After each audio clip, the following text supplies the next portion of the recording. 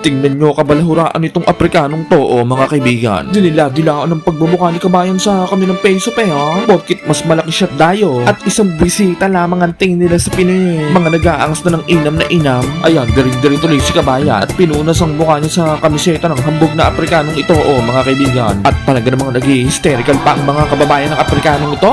Tingnan nyo maigi. Mga napakaharot Mga mahiya mo nakawala sa koral Ayan, magkakasagasaan pa kayo. Mga napakasusutin ng mga are, aba, kainaman na yan. Alam nang ang mahal-mahal ng gasolina Mga nagsasaya agad. Kala ata mananalo agad ang idolo ni Nils Pinoy At talaga namang parang artista pa ang dati nga ng maangas na Aprikanong ito. Kung umentrada, may mga bodyguard na tagahawi pa talaga sa mga nagkakandrapang mga fans niya Aba, parang si Alden Richard at Piolo Pascual pala dati nga ng Aprikanong yan Kainaman na yan. Pinagbantaan pa si kabayan ng maangas na kababayan nito. Na 3 minuto lang daw ang itatagal ni kabayan sa kanilang idolong pambato, mga kaibigan. I will put all my money and all my properties that Pinon would pina out in just 3 minutes. At sumigunda pa ang maangas na Aprikano at sinabing tunay nga namang isang mahinang nilalang lang daw ang kanyang makakalabang Pinoy dahil napakababa daw ng ranking nito sa kanilang divisyon, mga kaibigan. Literal na pang tune-up fight lang daw ito para sa kanya. Kaya tatapusin lang daw niya ito ng walang kahirap-hirap. Ngunit sa mismong laban naman ay ang lahat nga po ng kabastos-bastusan at kaya bang yabangan ng Aprikanong ito ay kanyang nilamon ng buong buo kasama ang burne. Bugbog sarado ang damukos. Aray mo!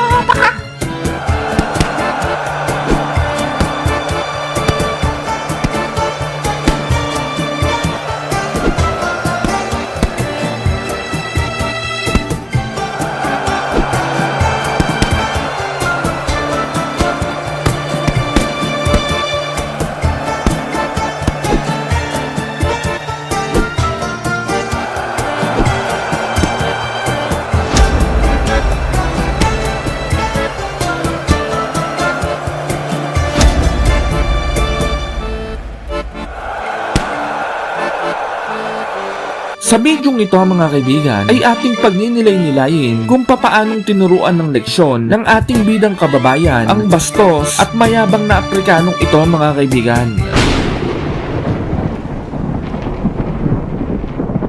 Year of the Earth Pig, November 19, 2019. Naganap ang laban ng The Tornado ng mga Aprikano kontra sa The Disaster ng Pilipinas, mga kaibigan. Tune-up fight lang ang tingin ng mga kampo ng mga Aprikano sa kalabang Pinoy. Dahil sa laki nga po ng agwat ng diferensya ng kanilang ranking sa kanilang dibisyon, mga kaibigan, na light middleweight na dibisyong pinaglabanan nila Pondura at Turman kamakailan lamang. Pinaniniwalaan ng kampot mga kababayan ng Aprikano na magiging isang madaling laban lamang daw ang Pinoy at paglalaruan lamang ito ng inam sa ibabaw ng lona sa kanilang teritoryo ng kanilang pambatong kababayan, mga kaibigan, na sa madaling paglilinaw ay pipitsugin at isang pampatabang bulati lamang sa kartada ang tingin ng mga ito sa ating dumayong Pinoy, mga kaibigan. Pinagtawanan pa ng maangas na Aprikanong ito ang Pinoy at pinagbantaang humanda daw ito dahil hindi daw niya bibigyan ng nikatiting na awa ang dumayong Pinoy sa kanilang lupang pinagsilangan kahit na ang laban na ito ay isang tune-up fight lamang daw para sa kanya. Ipapakita din daw niya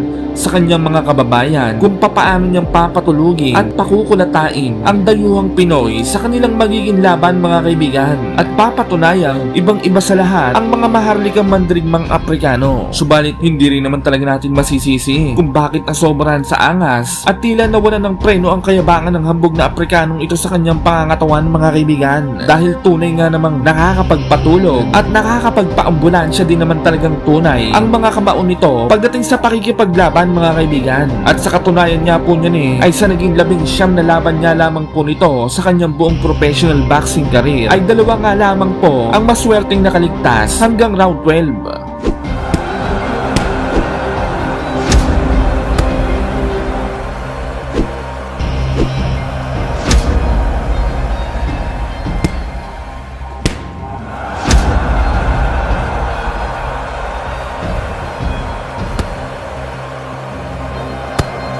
Wala namang naging imikat pahayag si Kabayan sa mga kayabangang ipinamalas at pangmamaliit ng mga Aprikano sa kanya, mga kaibigan. Bagkus tahimik lamang itong nag-ensayo ng nag-ensayo at sinabing ang mga kalyot nagpapalit balat na kamao na lamang niya ang siyang magsisilbing tagapagsalita para sa kanya sa laban, mga kaibigan. Mahalimuyak na simoy ng hangin kasabay ng paghit-hit buga ng mga kapre sa puno ng balete. Ika-19 ng Nobyembre taong 2019 ay tuluyan ng naikasa ang laban ng The Disaster ng Pilipinas kontra sa The Tornado ng mga Aprikano, mga kaibigan. Ginanap ang kanilang laban sa Uhuru Stadium, Dar es Salaam, Tanzania. Rank number 1 sa buong Afrika ang Aprikanong ito, mga kaibigan. Samantalang ang Pinoy naman ay pang-apat na po lamang sa buong Pilipinas. May katakot-takot na 19 na panalo. 17 ay tinapos sa pamamagitan ng walang awang knockout at walang bahid ng anumang klase ng pagkatalo. Ang tinaguriang tornado ng mga Aprikano, mga kaibigan. Samantalang ang Pinoy naman ay may 26 na panalo. 19 ay tinapos sa pamamagitan ng impresibong knockout at 4 na bahid ng pagkatalo lamang, mga kaibigan. Sa mismong laban, walang hiya mo entrado ng Aprikano. May tagakanta pa talaga napakaangas. Pinagkakaguluhan pa napakadami pang bodyguard. Umalis ka dyan! Alis! And the best bodyguard goes to... Oo, ang repre naman nai-inlove mo yata sa kumakanta napapangiti magse. Mahiya mo teenager na babago palang tinutubuan ng balahibong pusa sa kilikili Kilig na kilig, kayo naman yan. Bas, pa-request! Ikita na natin yan. Naman di napakasaya kalak pa yung biture. Aba, ay may mabul pa tatakbo yatang mayor yan kayo naman yan. Bagong Aprika, bagong mukha. Bagong Aprika, bagong mukha. Wow, si Kabayan naman napakasimple ng entrada Aba, teka, Kabayan, parang ikaw yata ang pinakapogi sa lugar na yan Yeah! Tinamaan ka na magaling. Unang round, nag-aangas na agad si Kabayan. Tinitigan at ibinaba nito ang kanyang guard. Matapos sumablay ang mga patutong suntok ng Aprikano, mga kaibigan, nagbibitaw na din agad ito ng mga madidiin na kombinasyon. Pagpapakilala na hindi basta-basta ang lakas ng isang tunay na maharlikang mandirigmang Pilipino. Kowo, ang Aprikano naman napakalikot ng kamay at ulo Mahiya mo kitikiting binudburo ng Clorox at Muriatica. At halatang pinag-aaral-aralan at sinusukat-sukat pa si Kabayan Ay siya, bigyan ng medida yan.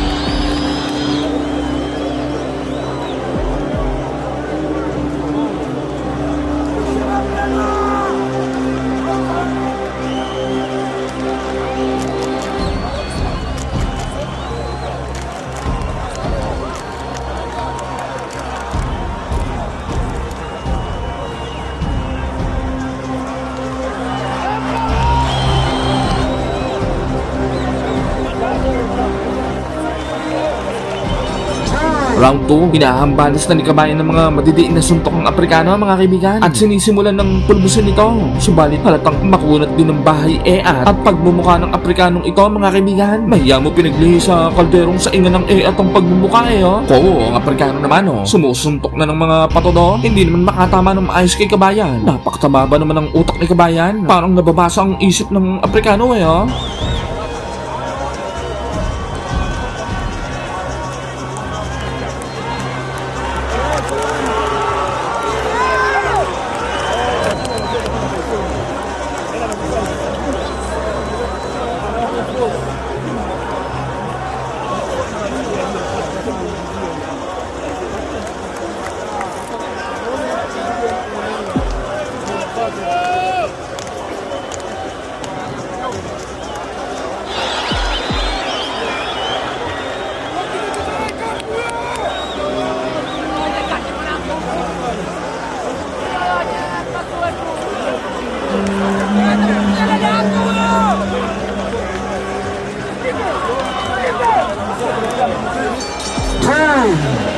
Round 3, ginaganahan na si Kabayan mga kaibigan. Samantalang ang Aprikano naman ay may irereklamo na ni Kabayan ng wala sa oras. Ayaw ba namang itaas-taas ang suntok eh. Pinupuntirya yata ang edits ni Kabayan eh. Kaya naman yan. Ito namang referee na to. Ayaw man lang bawas-bawasan ng puntos ang kanyang kababayan eh. Tinamaan ka na magaling. Abatay ka. Parang magkamukha yata si Rep at ang Aprikanong to. Abay, mahihirapan ka dyan, Kabayan. Dalawa kalaban mo sa ibabaw ng lona eh. Kaya naman yan.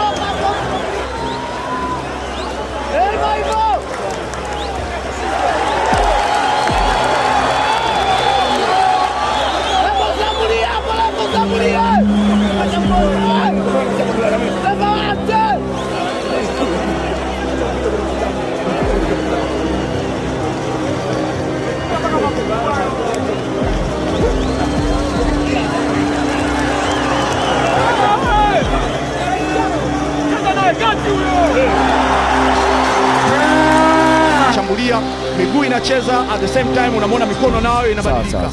Vitu viwili kwa wakati mmoja. Matumla, ni nini hiyo? Kwa kweli kwanza nikiangalia upande wa Mwakinyo ndio japo kuna makocha lakini yani bado sijafurahi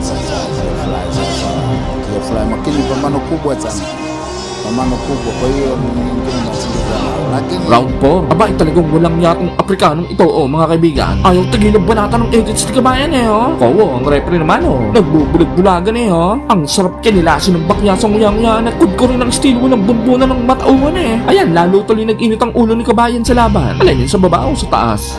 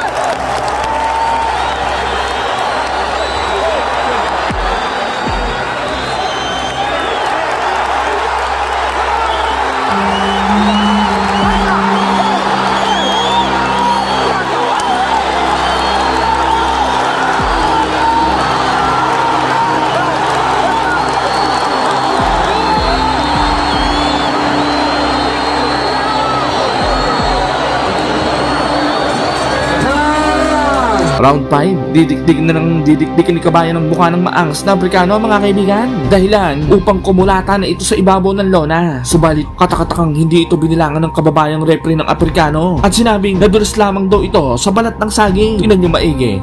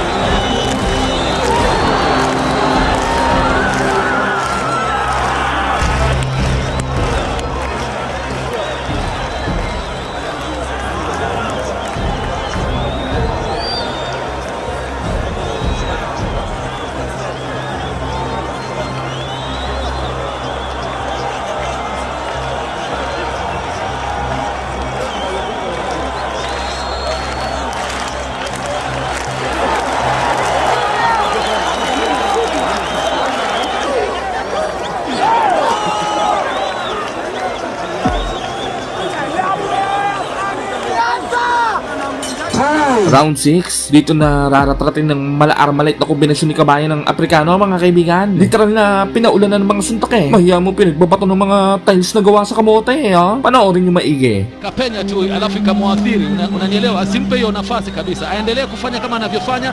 Good movement, good footwork, jab, pumping na combination. Bondia mwenzako au mpinzani wako moyo ukiwa umeachiwa nafasi kama vile alafu muumizi mpinzani wako, inaweza kuwa pia ni staili ya kumvunja moyo Tinampay.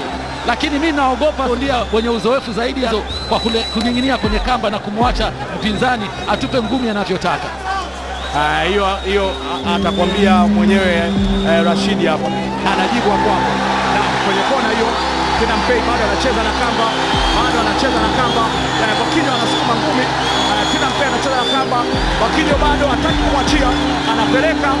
Hii imekuwa ni staili kubwa sana ya Bakinyo, na kama unakumbuka kule Uingereza alifanya kitu kama hicho, lakini Tinampay alionyesha kama vile amekubali, lakini ameonja ngumi 2-3, na yeye pia kama nilivyokuwa nasema asiegemee kamba, asimpe nafasi ya kutupa ngumi nyingi akiwa Bakinyo amelalia kamba. Umeona pale karibu ingemcost aache ule mchezo kabisa, kwa sababu huyu jamaa ni mgumu sana. Asining'inie kwenye kamba akamwachia jamaa tupe zile combination. Kuna moja ambayo Round 7, dito na ulit pababagsakin ni kabayan ng maangas na Afrikano mga kaibigan. Subalit hindi na naman ito binilangan ng kababayang referee ng Afrikano. Kahit na paulit-ulit ng sinasabi ni kabayan na sa kokote tumama yung suntok niya eh. Wala ka bang kokote rep? Kaya naman yan. Aanze kutafuta mbinu na awe mbunifu, afanye vitu ambavyo vimemfanya huyu Mfilipino anachanganyikiwa, kama kumpiga kwenye tumbo endeleza. Tulikuwa naangalia pambano hapa la Mfaume na naona Mfilipino anafanya vile vile, anatumia left hook, lakini ni kama kwa sababu kamshika kichwa na kumshika. Sijui kama niko sahihi Rashid Matumla kwamba amekuwa akidanganya na kulia hapa, anapiga off balance, ile kwa so punch ameji off balance, amepiga left hook na kama msukuma ambayo bondia huyu anataka kuanza upya, tofauti na tulikuwa tumemwona kwamba Isa akawa amekubali kile kilichotokea. Angalia, lakini anaporudi hali inakuwa ndio hivyo ninavyosema, hii si sehemu zikae kwenye kamba, afanye kama anavyofanya kumtembeza. Sasa huu ni wakati wake. Tinampay ameshachoka. Mwakinyo bado yuko fresh kidogo, ana nguvu zaidi, kwa hiyo atumie ule ulingo, azunguke, asining'inie kwenye kamba sana, atampa nafasi. Kama unavyoona pale, huyu jamaa ana ngumi nzito, kwa hiyo Mwakinyo ajaribu kutumia ule ulingo, asikae sehemu moja, amkimbize hivi. Round 8, ay parang kulang na kulang yata sa vitamina, probiotics at calcium ang mga ring girl dito Kaya naman yan, mga parang hindi pa nag-aalmusal hanggang hapunan ay lagi-lagi naman ng konting sigla. Tinamahan ka na magaling. Samantala, dito na bubugbugin ni kabayan ng Afrikano mga kaibigan. Dahilan upang manakbo na ito ng manakbo sa ibabaw ng lona.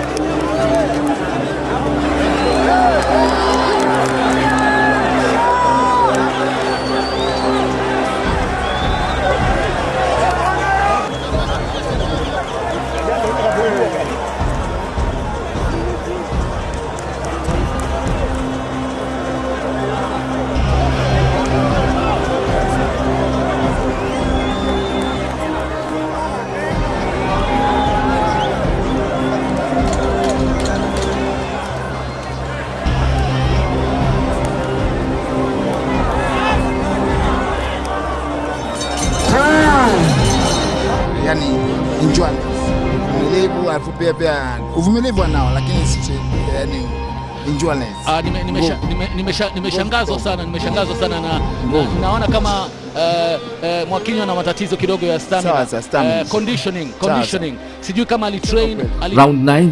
Ay minamasahin na ng inamang hita at tuhod ng Aprikano, mga kaibigan. Nanghihina na daw ang tuhod eh. Ay siya, bigyan ng balik yan. Huwag yung parang Pokemon na ha. Baka mamaya bigyan nyo ng buo na sisiw eh. Kaya naman na yan. Samantala, mas lalo nang paparusahan ni kabayan ng kayabangan ng Aprikano, mga kaibigan. At susugurin na niya ito ng susugurin. Kitang-kita din. Nalamang na si kabayan pagdating sa puntusan. Pag natalo pa si kabayan dyan eh, maghahalo talaga ang balat sa pinagbalutan. vizuri ukiangalia uso wake, kwa sababu sasa hivi amechoka. Kutokumpa nafasi Mwakinyo, anasogea kila eneo, anajaribu kwenda kila eneo. Mwakinyo alikuwa anazichukua round, hata nguvu ya miguu na mikono pia, ndio kwa sababu Chamba anasema kwamba kidogo kama amepunguza kasi. Anasukuma ngumi Filipino, akubali anachotaka Mwakinyo asitoke kwenye kamba. Pamoja na ngumi anazopiga Snake hatoki kuendeleza mashambulizi. Anapiga ngumi anarudi kwenye kona. Anapiga ngumi anarudi kwenye kona. Anakubali ngumi anarudi kwenye kona. Sehemu ambayo mfululizo huku stance zake ikizidi kupungua, miguu yake inaonekana imepungua kabisa uvumilivu, kama ambavyo Filipino anaonekana kulisoma hilo vizuri, huku akizidi kusukuma ngumi kadhaa katika uso wa Mwakinyo. Kuning'inia kwenye kamba, sijui kwa nini hiyo sio sera ya Mwakinyo kuwepo, sio asiende kwenye kamba. Asiende kwenye kamba, anampa Hebu angalia hizo highlight Jimmy, unipe tathmini. Unapomwangalia mwili na anaporusha ngumi. Sasa hivi anaonekana kama championship round, raundi ya 9 na raundi ya 10.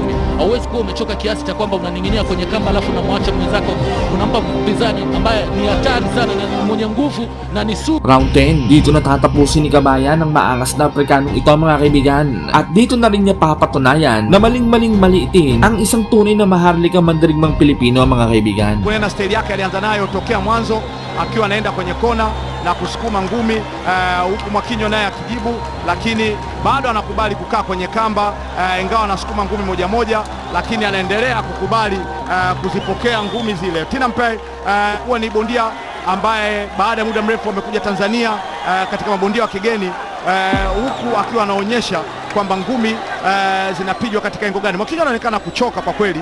Tinampay anapokwenda, Mwakinyo anapiga bado hajajaribu, lakini Tinampay naye anajibu. Tatizo bado amekaa kwenye kamba, bado hatoki kwenye kamba. Toka mwanzo tunaliongelea hilo jambo hapa.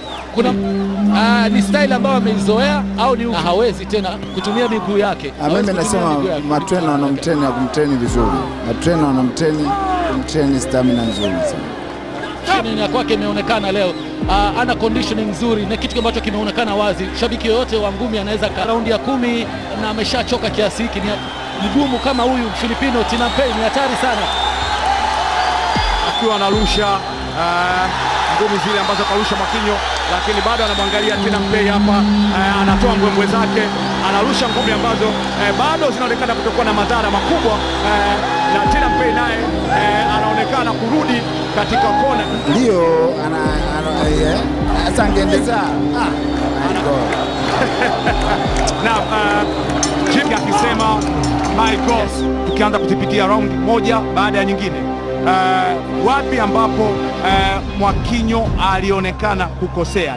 Isa nga pong controversial na desisyon ang naging desisyon ng mga kababayang hurado ng Afrikanong ito, mga kaibigan. Kahit na pangitang-pangita naman na si kabayan ang naging dominante sa laban. Ano sa tingin nyo, mga kaibigan? Tama lang ba ang naging desisyon ng 3 Afrikanong hurado o nadali tayo ng lutong Macau? Sino ba namang hindi makakakilala sa bulaang referee na ito, mga kaibigan? Gigil na gigil ang mga tito at lolo nyo dito kapag nakita panigurado. Yung tipong gustong gusto ng tuktukan ng pet ng palanggan at suksukan ng siling labuyo ang tumbong. I-clickbait ng tawas paltan ng oxalic ang deodorant nito at sampalin ng electric pan ang nguya-nguyaan. Ito ay sa kadahilan ng medyo bastardo at talaga namang nakaka-high blood kung mag-referee ito sa laban, mga kaibigan. Yung tipong parang may kinikiling ang sinamahan ng pustang kamag-anak kapag nasa laban. Kagaya na lamang na naging laban ng ating pambansang kamao Manny Pacman Pacquiao kontra kay Antonio Margarito. Bugbog sarado na ang nguya-nguyaan ng tinigurang buhawi ng Mexico. Natila ayaw pang ipatigil ng hinayupak na referee ang laban kahit na basag-basag, bukol-bukol at parang di na dinaanan na ng karitong may sakay na elepante ang mukha ng mayabang na Mexicano. Ngunit kung bago at kakapadpad mo lang sa channel na ito mga kaibigan, ay baka naman pwedeng makahiling sa iyo ng isang like,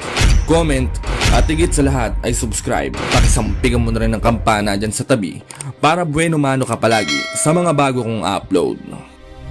Isa pa nga po sa laban na talaga namang nakapagpa-high blood at nakapagpalakas ng bentahan ng amlodipine sa butika ang naging laban ng ating pambansang kamao sa Noy, isa sa pound for pound king at legendary boxer ng Mexicano na walang iba kundi si Marco Antonio Barrera alias Babyface Assassin, na naging daan din sa ating nag-iisang pambansang kamao upang makilala sa larangan ng boxing at magsimulang umalingaw-ngaw ang pangalan nito. Hindi naging maganda ang trato ng tinaguriang Babyface Assassin dito mga kaibigan, dahil tila chineripik lang nito ang ating pambansang kamao at balak gawing pampatabang bulati lamang sa kanyang iniingat-ingatang kartada. Sinabi pa nga nito sa kanyang interview na hindi daw niya kilala si Pacquiao at wala daw dapat ikatakot ang kanyang mga kababayan dahil wala naman daw ka-special at masyadong maliit daw ang galamay at height ni Pacquiao.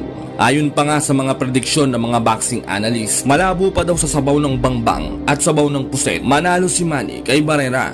Kumbaga, 90% ay pupulutin daw si Manny sa kangkungan at 10% lamang ang kanyang pag-asang manalo. Kahit nga po sa mga online betting site mga kaibigan, talaga namang nakakabastos ang tayaan. Ang piso mo tatamang 1,000 para kay Pacquiao na para bang sinasabing mahinang nilalang lang ang ating bidang pambato. Kaya naman, imbis na panghinaan ng loob ang ating pambansang kamao mga kaibigan, ay nag-ensayo ito ng nag-ensayo. Nag-training ito ng 36 rounds kada araw. Sa sparring, grabe, mahiya mo kalabaw na nakaka-Pico Black, Cobra, Trobo si Manny.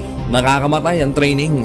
Kaya naman sa mismong laban, nangyari ang hindi inaasahan ng mga mapanghusgang ibang lahi. Sa mismong araw ng laban, wala kang maririnig na hiyawan kay Pacquiao mga kaibigan. Puro Barrera na talaga namang nakakapanghina ng loob kapag ikaw ang lalaban. Ngunit nginitian lang ito ng ating bida at hindi nagpasindak. Dito na rin bubungad ang nguya-nguyaan ng nakaka-high blood na referee na si Lawrence Cole, na tirador ng sinigang na gagamba. Ang plastic ng nguya-nguyaan mukhang matinong siraulo Anyway, sa unang round, nagkakasukatan kagad ang dalawang mandirigma. Hanggang din ng paa ng ating bida mga kaibigan. Ang tindi ng footwork.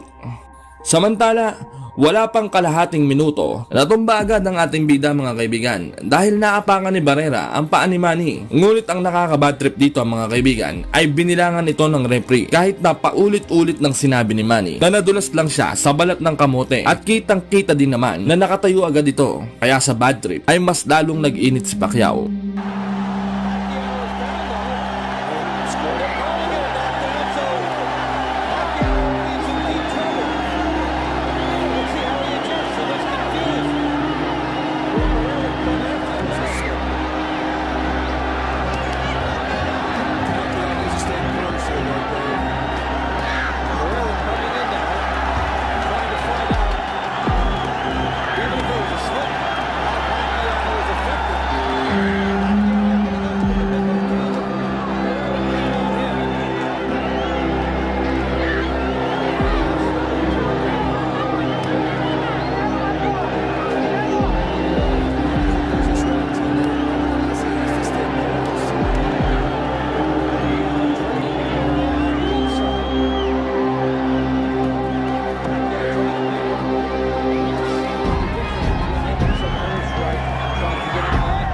Round 2. Ang tindi ng head movement at footwork ni Manny mga kaibigan. Parang may spring ang paa Pagmasdan yung maigi, mahiya mo si Bugs Bunny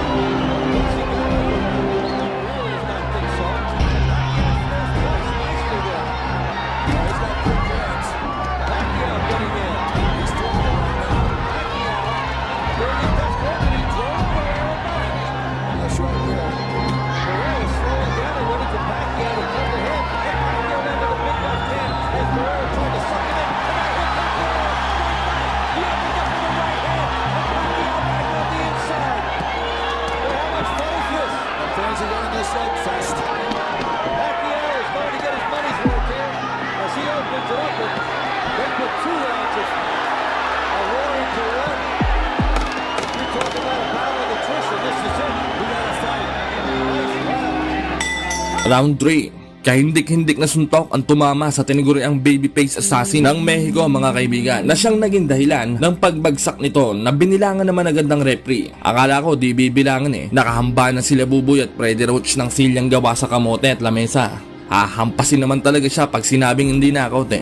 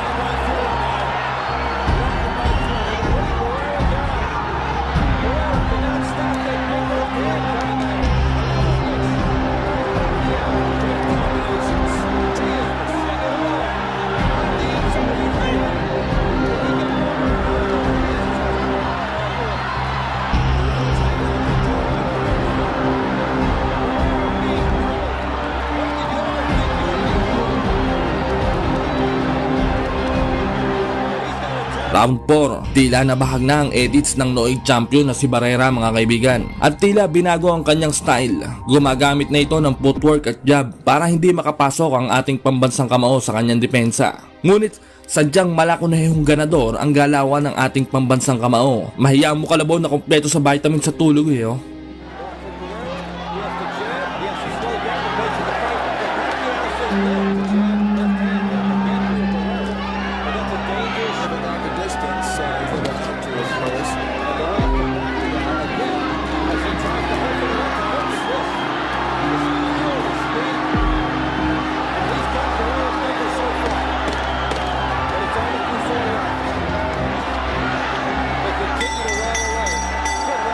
Round 5, puro atras na lang ang champion mga kaibigan. Na mahiya mo i-bike na ang andar, patras lang. Samantalang si Manny naman ay parang si kamatayan. Hindi nilulubayan si Barrera.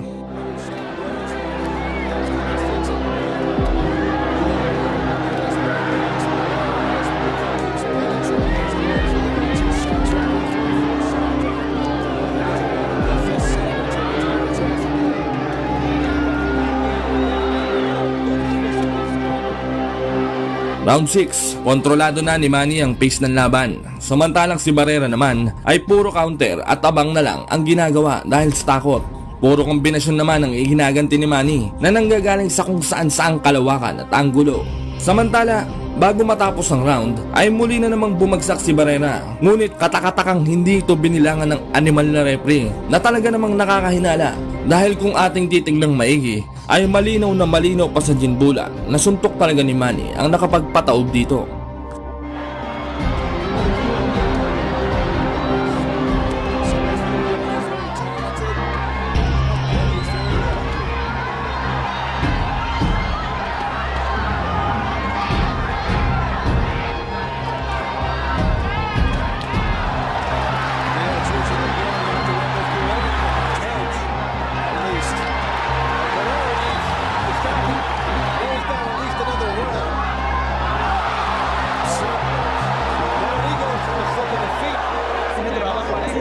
On the inside, hit low, uppercut. They called that a slip, and I'll tell you what.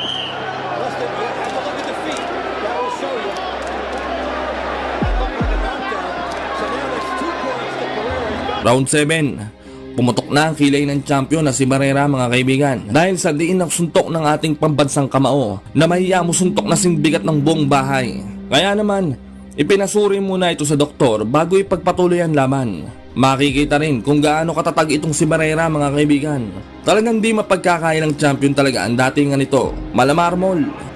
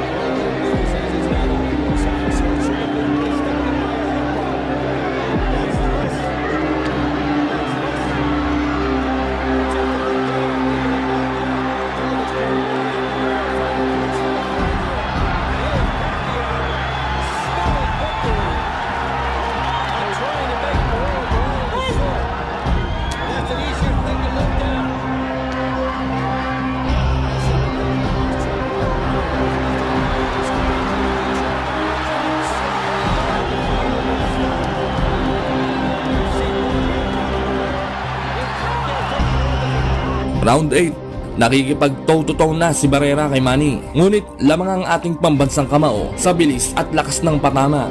Parang robot, walang kapaguran.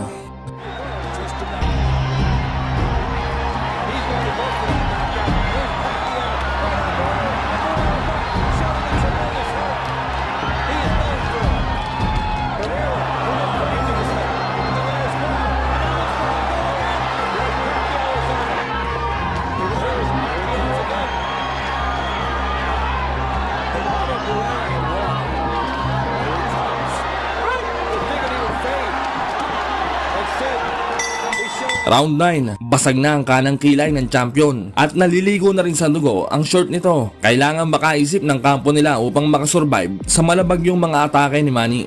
Samantala, umatake naman si Barrera kahit na hindi pa handa si Manny at pinaghihiwalay sila ng referee na talaga namang napakadaya.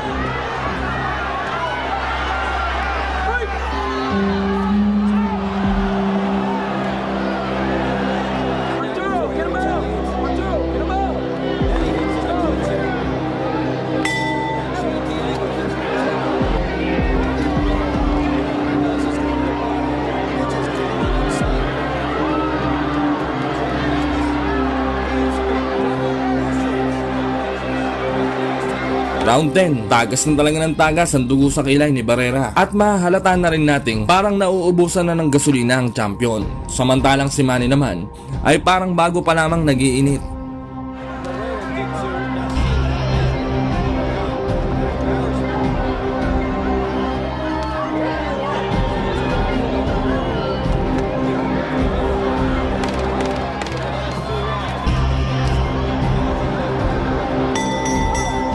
Round 11, dito natutuldukan at ipapahiya ni Manny ang lahat ng taong nang maliit sa kanya at papatunayang walang maliit na nakakapuwing.